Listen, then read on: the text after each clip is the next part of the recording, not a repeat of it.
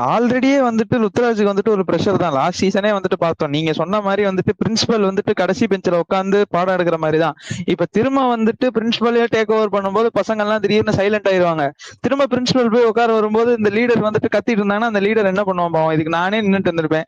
At least நான் போர்ட்ல நேமாவது எழுதி ஏதாவது எனக்குன்னு ஒரு பேரை வாங்கிட்டு இருந்திருப்பேன். இப்ப நீங்க திரும்ப வந்துட்டு கேப்டன்சி எடுத்து பண்ணி இது ரொம்ப என்ன சொல்றது ப்ரோ, நான் என்ன சொல்றேன், அப்படி நிஜமா உங்களுக்கு கேப்டன்சி வேற ஒருத்தர் கொடுக்கணும்னா அவர் சும்மா அவர் ஆக்சுவலா கேம் வந்துட்டு நான் எங்கேயும் வந்துட்டு கிரிக்கெட் இதுவா விளையாடுறேன்னு சொல்ல, அவர் ஃபேன்ஸ்க்காக தான் விளையாடுறேன்னு இருக்காரு. அவர் பாட்டுல வந்து விளையாண்டு போட்டோம். நீங்க பாட்டுல வேற ஒருத்தங்க கேப்டன்சி கொடுங்க. இது வந்துட்டு நத்திங் அகைன்ஸ்ட் தோனி. தோனியை வந்துட்டு இது பண்ணணும்லாம் இல்ல. அவருக்கு லெகசி ஆல்ரெடி இருக்கு. நம்ம திரும்ப வந்துட்டு இப்ப போயிட்டு தோனிகிட்ட கொடுத்தோம் அப்படின்னா இது வந்துட்டு எப்படின்னா மான்செஸ்டர் யுனைடெட் ஃபுட்பால் கிளப் மாதிரி தான்.